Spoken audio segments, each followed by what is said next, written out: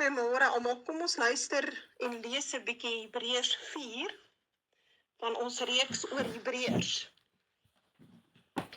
Nou ja, Hebreërs het ek vir julle mooi al met julle gepraat en gesê Hebreërs is geskryf deur iemand wat direkte toegang gehad het tot die 12 apostels.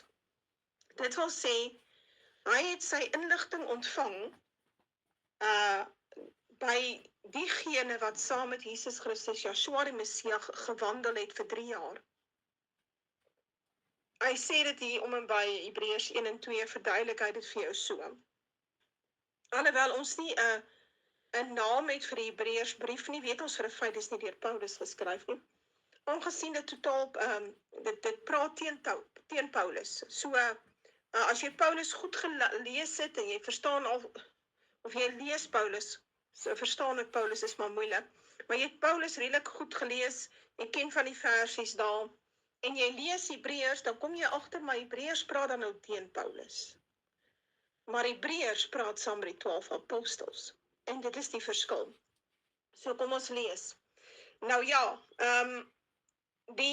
ek het nou al vir julle verduidelik, dat die Hebreërs bevestig, dat die aarde sal draai in 8000 jaar. Onthou, ek het julle uitleg vir julle gegee, oor want Henoch praat van 'n 8000 jaar tydperk. Henoch praat dat die aarde sal draai in 8000 jaar. En elke keer as ek dit vir baie keer vir mense sê, dan is dit asof hulle nooit so ver gedink het nie. Maar Hebreërs bevestig dat die aarde sal draai in 8000 jaar. Hy sê dit, as jy mooi tussen die lyne deurlees, dan gaan jy dit lees, dit staan daar.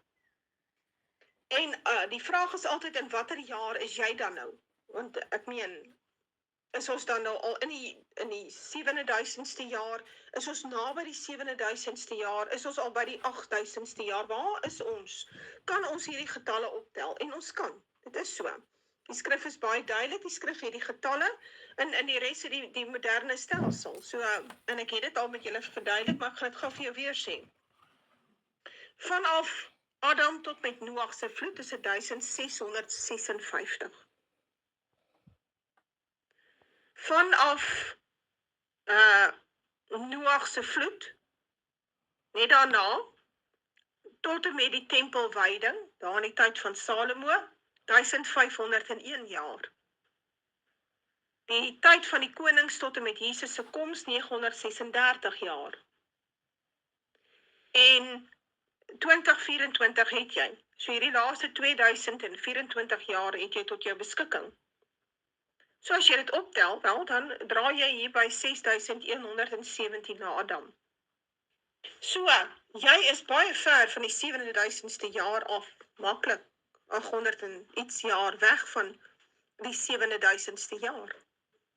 En daar is dus dan nog 2000 jaar oor vir die Adamiete hier op aarde, voordat ons oorgaan na 'n tydperk van die telling 'n ewigheid. So hier is 'n gebeurelyn wat moet uitloop tot op die 8000ste jaar, en ons kan nie van dit af wegkom nie. En as ons hierdie tye verkeerd het, wel, dan gaan jy nou die verkeerde goed verwag. So, baie keer as ons met mense praat, dan sê ek, goed, waar is ons in Openbaring? Ek kan aan my nie antwoord nie. Want Openbaring het verskeie oorloë, ek het vir julle 'n lering daaroor gemaak. Openbaring het nie net een oorlog nie. Hy het, dat ek as mens om so vinnig kyk, is daar 3 oorloë. So, eintlik moet daar 4 wees, as eintlik 4 oorloë. Alhoewel daai laaste een nie min of meer deur sal gaan as 'n oorlog nie, maar as 'n konfrontasie. So, as jy nie weet wat 'n jaar jy is nie, dan gaan jy foute maak met Openbaring. Dan gaan jy wonder, wat 'n jaar is jy in, wat is Openbaring 6? Is Openbaring 6 nou Armageddon? Nee, ja.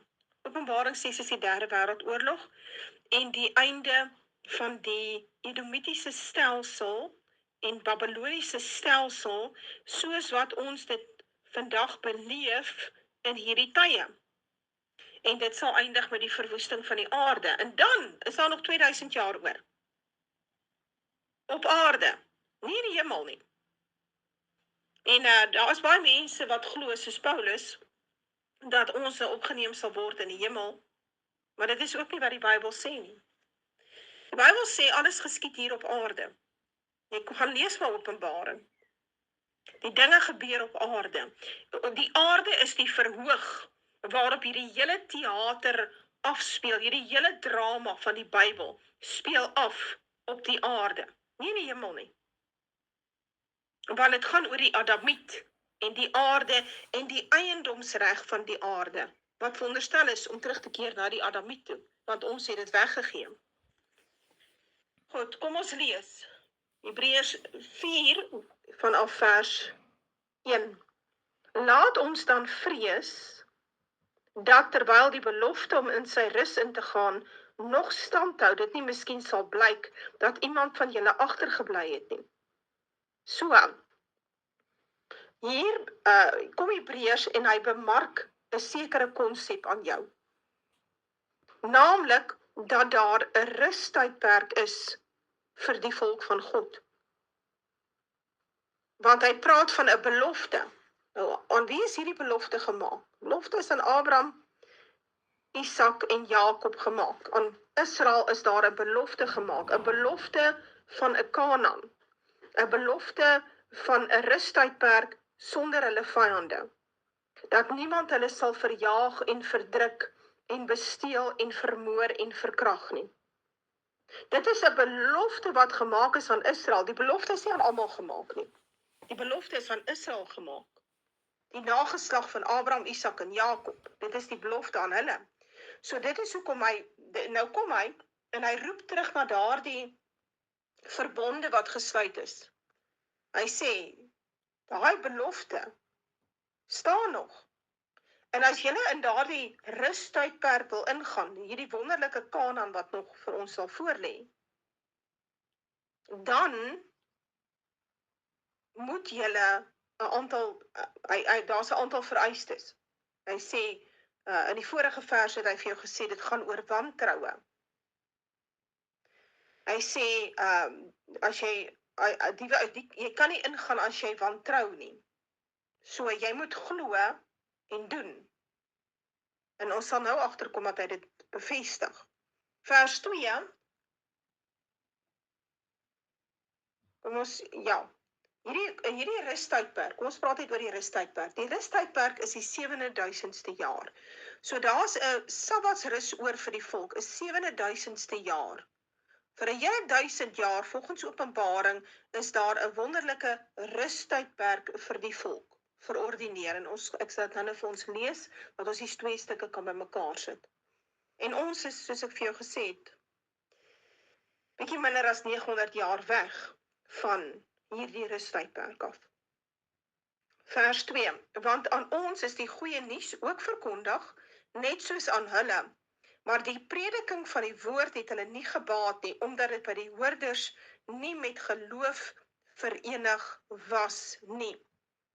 So, hy sê hierdie evangelie, wat Jesus aan ons kom verkondig het van die koninkryk van die hemele. En ek het vir julle gesê, die koninkryk van die hemele is 'n work in progress. Menende, dis nie iets wat onmiddellik sy beslag gekry het nie. Dit kom met tussenposes, word daar gebou aan hierdie koninkryk.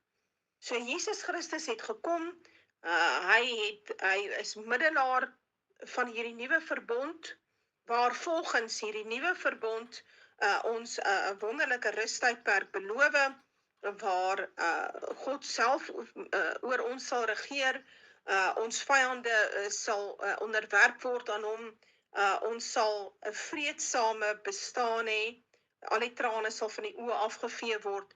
Al hierdie beloftes wat hy vir jou gegee het, die wet sal op ons harte wees.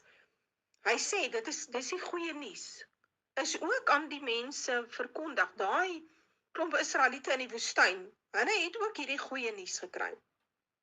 Maar hulle het dit gehoor, maar dit was nie verenig met geloof nie. Want geloof moet dade hê. So as jy glo, en ek vra vir jou hoe jy glo, en jy kan nie vir my verduidelik, waar is jou dade wat saam met jou geloof gaan nie, jou werke nie, dan het jy net gehoor, jy het nie gedoen nie. So, dan is die hoor nie met die geloof verenig nie.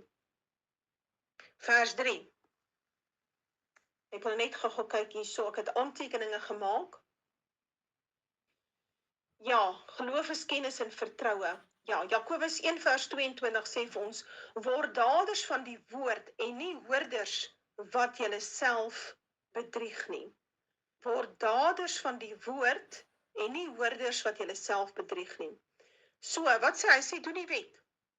Terwille van jouself, jou volk en jou God. Dit is wat jy moet doen. Doen die wet. Wees gehoorsaam. Vers 3. Want ons wat geglo het, gaan die rus in, soos hy gesê het, daarom het ek in my woede gesweer, hulle sal in my rus nie ingaan nie. Psalm 95 vers 11 is die verwysing. Alhoewel sy werke van die grondlegging van die wêreld af volbring is. So, ons sien dat, ons ken almal die verhaal van die klomp Israeliete daar in die woestyn, en hoe God hulle toe gestraf het, en hulle was 40 jaar in die woestyn, en hy het hulle almal laat doodgaan, en hulle seuns wat in die woestyn gebore is, daardie seuns het nie Egipte in hulle gehad nie, hulle het nie Egipte geken nie. Hulle het nie die afgode en die lewenstyl en alles van Egipte geken nie. So daardie seuns het in die woestyn groot geword, en hulle het ingegaan in Kanaan in. Want hulle het nie die valse geloof gehad nie. Hulle het niks anders te geken as Moses en Jahwe en die woestyn nie. En dit maak hulle toe 'n besondere groep mense, want met hulle kon Jahwe hulle invat in Kanaan in, om Kanaan oor te vat en eintlik te verpletter en grondgebiede daar te vat met geweld. Kom ons lees vers 4, want hy het eers van die 7de dag so gespreek, en Elohim het op sy 7de dag van al sy werke gerus. Vers 5, en nou hier weer, hulle sal in my rus nie ingaan nie. So nou kom hy, en hy verduidelik vir jou, dat die rus, wat gepraat word in Psalm 95 vers 11, daardie rus is die 7de dag. So wat doen hy? Hy sê vir jou, een dag is gelyk aan 1000 jaar. En hy bevestig vir jou, dat Henoch se profesie van die 8000 jaar korrek is. Is dit nie wat hy doen nie? Hy moet of 2 Petrus 3 by hom gehad het, of hy moes Henoch by hom gehad het, of albei boeke. Want hy echo wat 2 Petrus 3 sê, maar hy gaan verder. Hy sê vir jou, daar is 'n 7de dag wat 'n rustydperk is en wat dus effektiewelik gelykstaande is aan 1000 jaar. Dis wat hy doen. Soos ek al voorheen vir julle bewys het, die hele Nuwe Testament is vol met verwysings na apokriewe boeke en veral Henoch. Alhoewel hulle nie baie keer omnoem by die naam nie, is die verwysings konstant na Henoch. Daarom is Henoch uitgehaal, sodat jy heeltemal verdwaald kan wees, sodat jy kan glo in 'n wegraping, jy nie verstaan hoe werk die tye nie, want die kerk gaan ons nou weggeraap word. Mense, daai eerste asteroïde gaan al die see slaan, en miljoene gaan in een nag in 'n bed sterf, wanneer daai golwe oor die kusvlakte stoot. En dan gaan daar nog steeds nie 'n wegraping wees nie. En dit gaan baie mense heeltemal hysteries maak, want hulle gaan dink God het hulle vergeet. En dit is omdat hulle so mislei is. Hulle is so mislei. Goed. Kom ek lees verder. Vers 6. Terwyl dit dan so is dat sommige daar ingaan en diegene aan wie die goeie nuus eers verkondig is, deur ongehoorsaamheid nie ingegaan het nie. Hoekom het hulle nie ingegaan nie? Hulle was ongehoorsaam. Dit is wat hulle was. Hulle was ongehoorsaam. En daarom het God vir hulle kwaad geraak. Jahwe het vir hulle kwaad geraak oor hulle ongehoorsaamheid. So, nou wat is dit? Geloof is gelyk aan gehoorsaamheid. So nou, die vraag wat jy altyd moet vra wanneer jy te doen het met iets soos ongehoorsaamheid of gehoorsaamheid is, gehoorsaamheid aan wat? Ek wil graag ingaan in hierdie rus. So, waar moet ek gehoorsaam wees? Na wat verwys hy? Gehoorsaamheid aan wat? Gehoorsaamheid aan die Torah. Gehoorsaamheid aan Jahwe.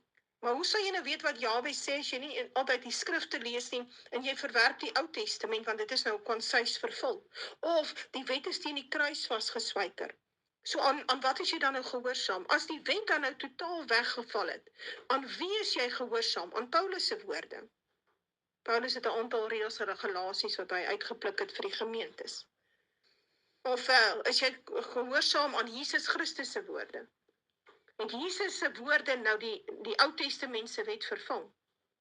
Verstaan julle die probleem as 'n mens begin wegbeweeg van die Torah af?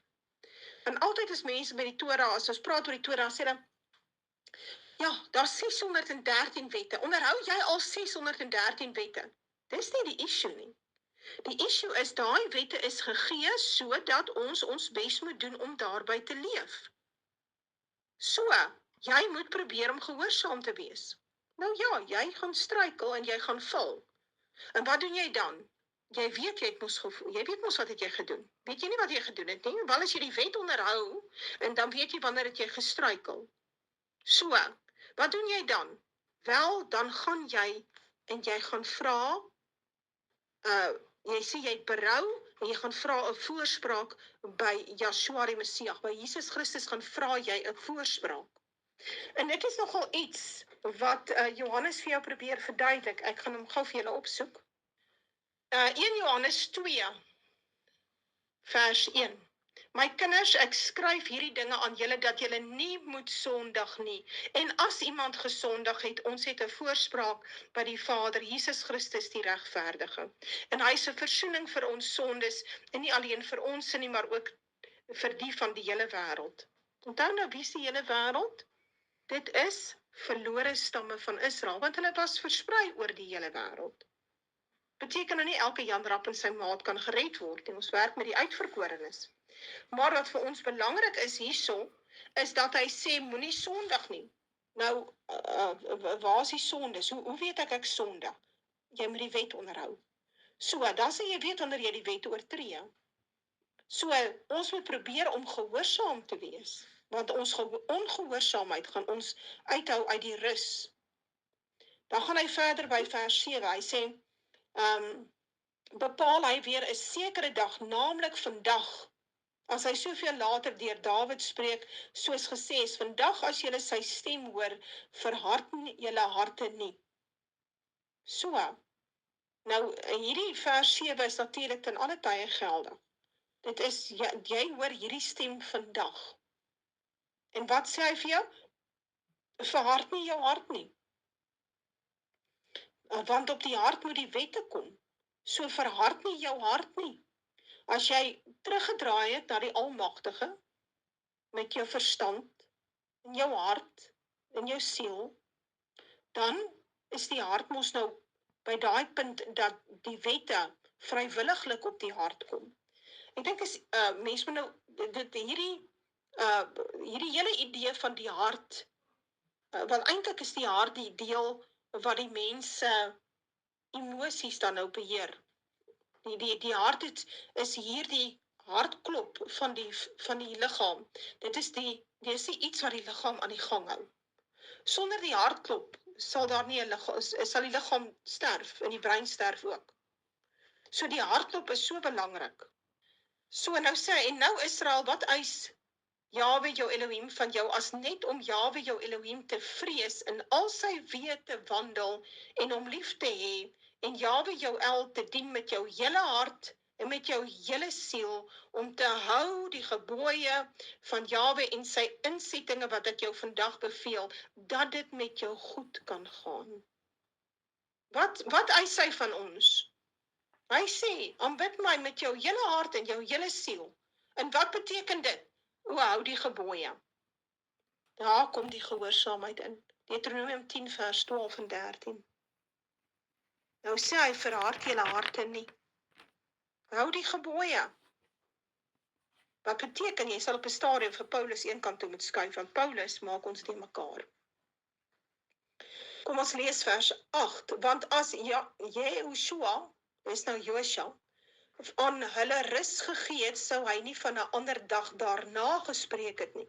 Dit is so, onthou daar was 'n fisiese rus, as ons kyk na Jahwe van die volk uit Egipte was 'n ystersmeltoond, hulle het baie swaar gekry daar, hy vat hulle 40 jaar deur die woestyn, wat hulle het gesukkel om Egipte uit hulle sisteem uit te kry, en hy vat hulle seuns en hy vat hulle in Kanaan in, en toe kon hulle ook nie die pyp rook nie.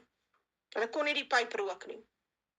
So, hulle het baie vinnig, het hulle begin maak soos die ander volke om hulle. Hierdie klomp Gamitiese Nephilim rasse wat om hulle is, dit was vir hulle so aantreklik. Hierdie kulture, hierdie gemengde kulture van hierdie ander Nephilim nasies om hulle, dat Israel hulle self verstom het aan hierdie klomp. En hulle was baie,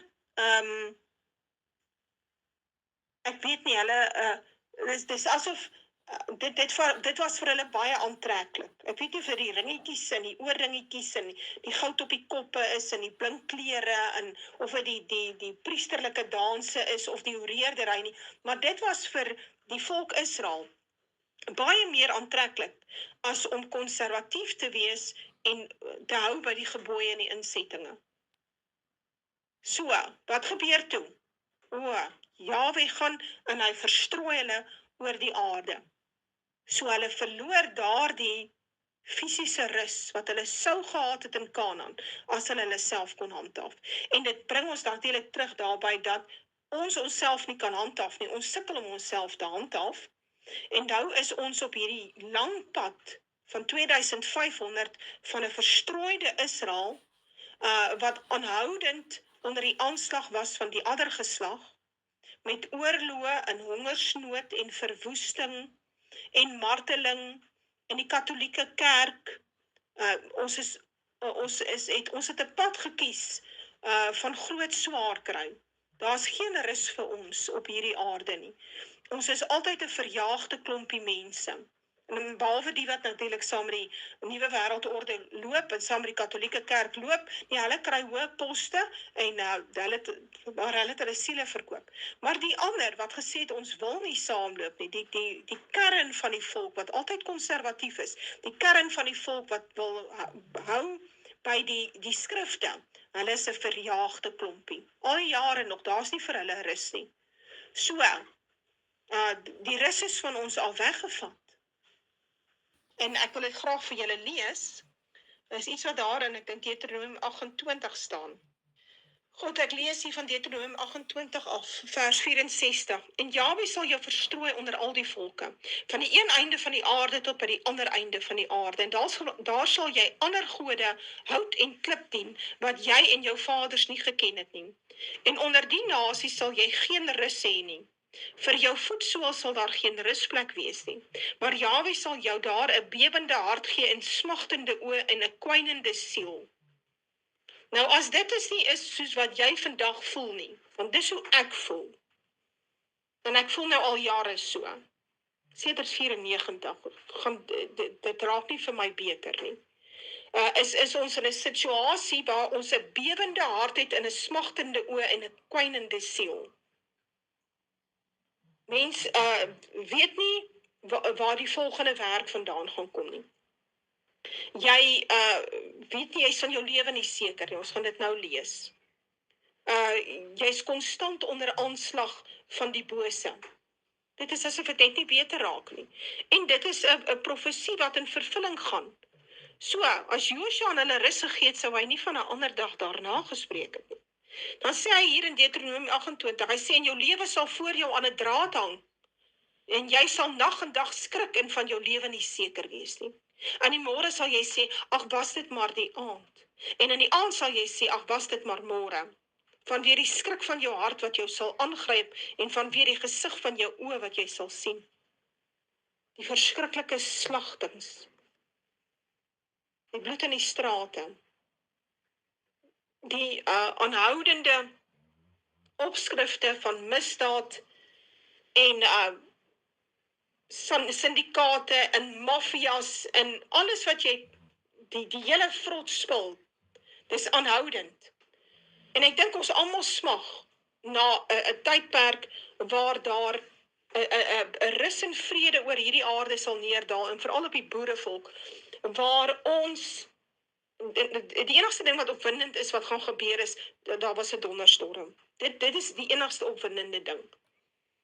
Dat daar 'n rustydperk kom, waar ons weer die natuur kan waardeer, waar ons weer ons Bybels kan waardeer, waar ons 'n kwaliteit lewe sal hê. Maar op hierdie stadium het ons niks. Ons het niks. Ons het dit weggegee vir 'n nuwe wêreldorde regering, want die swart man is nou gelyk aan die wit man, en hy kan nou ook gered word. So, met die gevolg is, nou is ons van ons lewe nie seker nie. Ja, dit is 'n mens sien uit na 'n tydperk van rus, en dit sal kom. Dan gaan hy verder as hy in vers 9, daar bly dis 'n sabbatsrus oor vir die volk van God. En net nou het hy vir jou verduidelik, dit is die 7de dag. Hy sê, soos die 7de dag. 7de dag rus Elohim van al sy werke. So wat is die 7de dag? Die 7000ste jaar is 'n sabbatsrus vir die volk van Elohim. Dan sê hy, want wie in sy rus ingegaan het, rus ook self van sy werke soos Elohim van syne. Genesis 2 vers 2. Jy rus van jou werke. Jy rus nie van jou geloof nie. Is interessant. Hier is dit ook weer duidelik, en dit korreleer met wat Openbaring sê, jy sal geoordeel word op jou werke. Want geloof sonder dade is dood. So as jou werke nie kan wys watter geloof jy het nie, dan het jy effektiewelik geen geloof nie. Vers 11. Laat ons dan beywer om in te gaan in die rus, sodat niemand dieselfde voorbeeld van ongehoorsaamheid mag val nie. Daar sê hy dit vir jou. As jy nie ongehoorsaam is nie, dan is jy gehoorsaam. So, wat beteken gehoorsaamheid? Ons weet almal hoe lyk 'n kind wat ongehoorsaam is. Hulle werke wys hulle is ongehoorsaam. En ons weet almal hoe lyk 'n kind wat gehoorsaam is. Sy werke binne in die huis wys ons het te doen met 'n gehoorsame kind. Dieselfde by Jahwe. Vers 12, want die woord van Elohim is lewend en kragtig en skerper as enige tweesnydende swaard, en dring deur tot die skeiding van siel en gees en van gewrigte en murg, en is 'n beoordelaar van die oorlegginge en gedagtes van die hart. Ja, daar kom 'n skeiding, want die woord van Elohim, en dit is iets wat Jesus ook sê, die woord van Elohim bring skeiding. So, daai wet in woorde en profesie in die Ou Testament bring 'n skeiding. Dit snoer nie saam nie. Dit bring 'n skeiding tussen die wat God dien en die wat nie God dien nie. Dit is waaroor dit gaan. Dit gaan oor gehoorsaamheid versus ongehoorsaamheid. Ek wil graag Maleagi 3 vir julle lees. Dan sê hy, toe het die wat Jahwe vrees met mekaar gespreek, en Jahwe het dit opgemerk en gehoor, en daar is 'n gedenkboek voor sy aangesig geskrywe, vir die wat Jahwe vrees en sy naam eer, en hulle sal my tot 'n eiendom wees, sê Jahwe van die leerskare, op die dag wat ek skep, en ek sal met hulle medelee hê, soos 'n man medelee het met sy seun wat hom dien. Dan sal julle weer die onderskeid sien tussen die regverdige en die goddelose, tussen die wat God dien en die wat hom nie dien nie. So, jou diens aan God bepaal jou regverdige of goddelose. En hierdie diens aan God hou direk verband met jou gehoorsaamheid aan die wet. Solank as wat ons van die standpunt af uitgaan, dat die wet is aan die kruis gespijker, is ons goddeloos. As jy geen wet het nie, het jy geen sonde nie. Ek dink dis iets wat Paulus kwytraak. My persoonlike opinie is, dit kan nie waar wees nie, dis onlogies. Maar dis iets wat Paulus kwytraak. Nou, hy sê dit hier in Romeine 4 vers 15. Want die wet wek toren. Waar kom hy aan hierdie twak?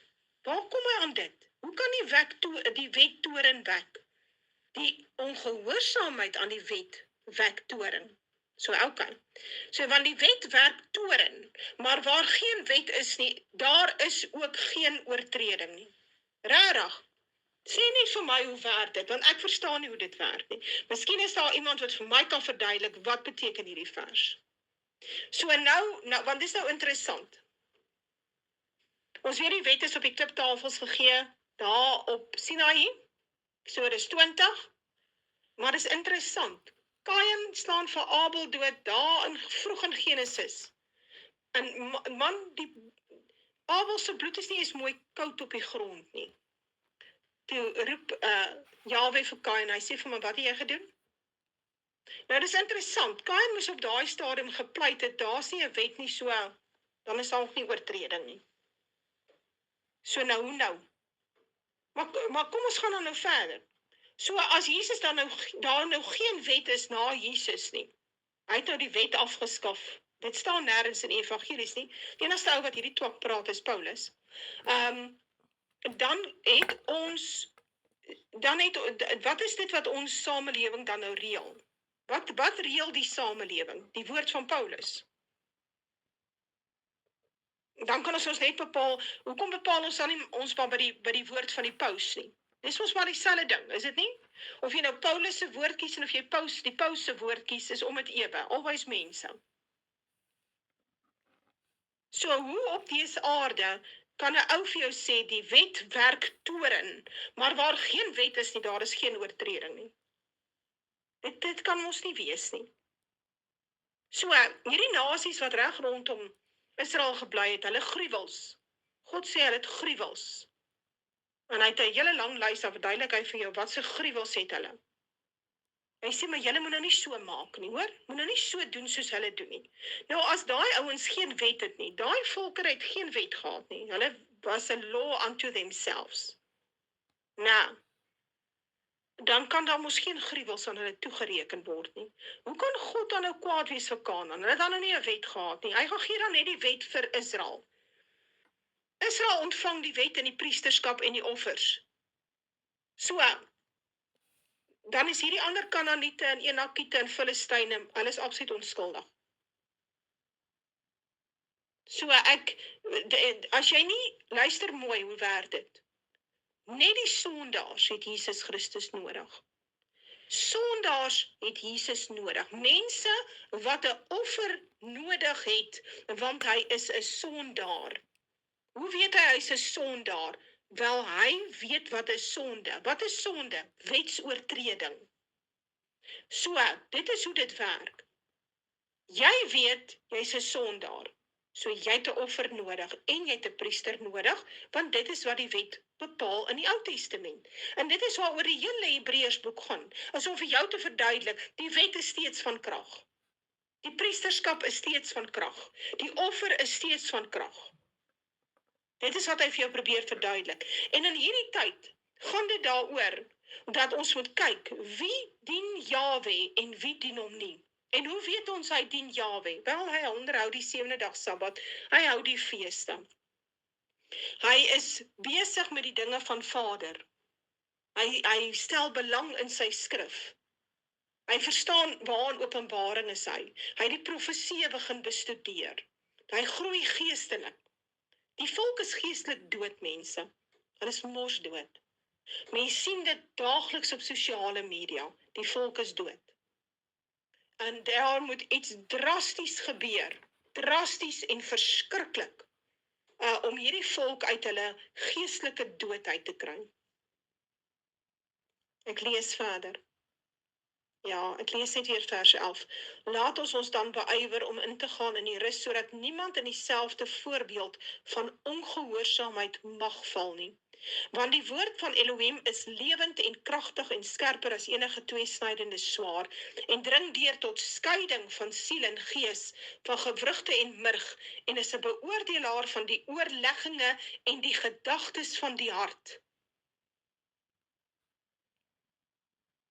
Want die hart is die hartklop van die liggaam en die begeertes van die hart, dis ons probleem. Dan gaan hy verder, vers 13, en daar is geen skepsel onsigbaar voor hom nie, maar alles is oop en bloot voor die oë van hom met wie ons te doen het. Verwysing is Spreuke 15 vers 11. Baie belangrik, daar is niks wat verborge is nie. Vers 14. Terwyl ons dan 'n groot hoëpriester het, wat deur die hemele deurgegaan het, naamlik Jahweshua, die seun van Elohim, laat ons die belydenis vashou. Want ons het nie 'n hoëpriester wat nie met ons swakhede medelee kan hê nie, maar een wat in alle opsigte versoek is, net soos ons, maar sonder oortredinge. Laat ons dan met vrymoedigheid na die troon van barmhartigheid gaan, sodat ons barmhartigheid kan verkry en guns vind om op die regte tyd gehelp te word. So wat sê hy? Hy sê vir ons, hy sê moenie ongehoorsaam wees nie. Hy sê, hou jou oog op die prys. Daar is hierdie wonderlike sabbatsrus wat kom. En daarna, die tydperk van nie telling. En dan gaan hy verder. Hy sê, want Jahwe maak 'n skeiding tussen die gehoorsaames en die ongehoorsaames. Ons het dit dan nou gesien, hierdie hele verhaal van Israel in die woestyn. En dan gaan hy verder, dan sê hy sê, ons is in 'n wonderlike genadige tydperk, ons is in die Melchisedek tydperk, want ons het 'n groot hoëpriester, waar Jahweshua dan nie net die offer is nie, maar hy is ook die priester, hy is die hoëpriester, hy is die verlosser van Israel volgens die verbond, en hy is hoëpriester, want daar is 'n tabernakel ook in die hemel. Die tabernakel was al die jare in die hemel, hulle het hom gedelegeer na die aarde toe in die tyd van Moses, toe moes Levi nou alles doen, soos wat Moses gesien het daarbo in die hemel, dit is iets wat Hebreërs van praat later van tyd, en dan sê hy vir jou, hierdie hele Levi-orde, wat gedelegeer is na die mense in die Levitiese orde, dit is teruggeneem deur Jahweshua, met sy offer, het hy hierdie hele priesterorde teruggeneem in die hemel, en nou is hy 'n hoëpriester in die hemel, soos wat hy 'n hoëpriester was in die tyd van Abraham. En dit is iets wat Hebreërs ook later van praat. Die Melchisedek orde is van krag. So, dan sê hy, ons moet die belydenis vashou. En die vraag is, watter belydenis is dit? En dit is alles wat Jesus Christus gesê het in die evangelies, dit is sy belydenis. En hy bely daaraan dat hy die seun is, die seun van God, hy is die seun van Adam. En dan kom die volk aan dink hulle die mekaar, dan dink hulle, hy is die seun van Jahwe. En ek het so mooi al vir julle verduidelik, Jahwe is die seun. Ons ken nie die Vader nie, ons het nog nooit sy gedaante gesien of sy stem gehoor nie. So, ek het vir julle verduidelik dat Jahwe trek 'n menslike liggaam aan, alreeds in die Ou Testament, maar hy doen dit in die Nuwe Testament ook. En hy kom sterf vir ons sondes. En hier sê hy baie duidelik, hy sê, die hoëpriester, hy sê, Jahweshua het geen oortreding nie. So as hy nou sonder oortredinge is, dan is hy mos goed. Hy is volmaak en hy is goed. En dan kom die skrif sê daar is net een wat goed is en dit is God. So wat is Jahweshua? As hy sondeloos is? Wel, hy is goed. Hoe anderste? Maar God raak mens, want hy wil met ons swakhede medelee hê. Ons moet nie hom kan verwyd nie. Hierdie is baie belangrik. Wanneer ons die dag voor die troon staan, dan kan ons dan nie vir hom sê, Maar u weet nie hoe was dit hier op aarde nie. Ons het baie swaar gekry en ons is baie vervolg. En ons het nie altyd geweet wat met ons doen nie. So ons het nou maar die verkeerde pad gestap. En u kan ons nie kwaadlik neem daaroor nie, want u weet nie wat dit is om 'n mens te wees nie. U weet nie hoe dit is om koud te wees en honger te wees en swaar te kry en gemartel te word. U weet nie. U was nooit in ons skoene nie. So u kan nie vir ons verwyd nie. Nou ja, daai argument het nou uit die bus uitgeval. Want hy was op aarde en hy het alles beleef wat ons beleef het. En hy is versoek, net soos ons, maar sonder oortredinge. Hy het die toets geslaag. En om daardie rede kan ons gaan na hierdie troon van barmhartigheid. Hy gee ons barmhartigheid. Hy is barmhartig oor ons. Hy sê dit. Hy sê, is interessant, want hierdie barmhartigheid is belangrik. Dit is iets wat Jahwe sê in die Ou Testament. Hier sê hy dit in Exodus 20 vers 6, en ek bewys barmhartigheid aan duisende van die wat my liefhet en my gebooie onderhou. Hier by Hebreërs 8 bevestig hy die nuwe verbond, dan sê hy, want ek sal barmhartig wees oor hulle ongeregtighede en aan hulle sonde en hulle oortredinge nooit meer dink nie. En dan praat hy spesifiek van die nuwe verbond. Die nuwe verbond is reeds in plek gestel met Jesus se dood. Met sy lyding en sy dood en sy opstanding, met sy offer. So, maar dieselfde Jesus, daar in die Nuwe Testament, sê, hy sê vir daai man, hy sê, jou sondes is jou vergewe. So, daai barmhartigheid gaan gepaard met vergifnis van sondes. So, om barmhartigheid te kry, om vergifnis van sondes te kry, om hulp te kry. Jesus Christus bring dit na ons toe, daar in die Nuwe Testament. As God die enigste een is wat sondes kan vergewe, en dit sien ons in die Nuwe Testament, die Jode was baie kwaad vir Jesus, want hy vra vir hulle, wat is dan nou makliker, om te sê jou sondes is jou vergewe, of om te sê staan op en loop? Baie interessant. Dan sê hy, sodat julle kan weet dat die seun van die mens, die seun van Adam, het die mag ontvang om ook sondes te vergewe.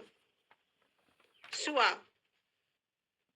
hoekom? Want hy is God in 'n menslike liggaam. En dan vra hy om guns te vind om op die regte tyd gehelp te word. Baie belangrik. Die regte tyd is nie noodwendig ons tyd nie. Dit is maar waar die probleem altyd inkom. Ons het baie keer nou 'n probleem en ons weet nie noodwendig wat om daarmee te doen nie. En ek verstaan dit volkome. Ek voel baie daarso. En om daai geduld aan die dag te lê, om te wag tot Vader vir ons hulp gee. Dit is maar 'n moeilike proses. Ons sit in 'n moeilike situasie in die land. En dit is asof dinge net draai en asof dinge nooit na 'n punt toe kom nie. Elke dag is daar net nog plaasaanvalle en moorde en kapings en maffias en Cyril Ramaphosa met sy dik nek wat daar loop en twak praat met daai groot neus van hom. En dan praat ek nie eers van die moeilikheid oor see nie. En ons praat nie eens van die oorloë nie. En dit is asof die hele ding net nie aan die gang kom nie. En dit is maar Vader se profetiese tydlyn. En dit is hoekom hy sê in die Nuwe Testament of in die Ou Testament, hy sê die wat op Jahwe wag, kry nuwe krag. Ons kyk of ek hom gou kan opspoor. Jesaja 40 vers 31.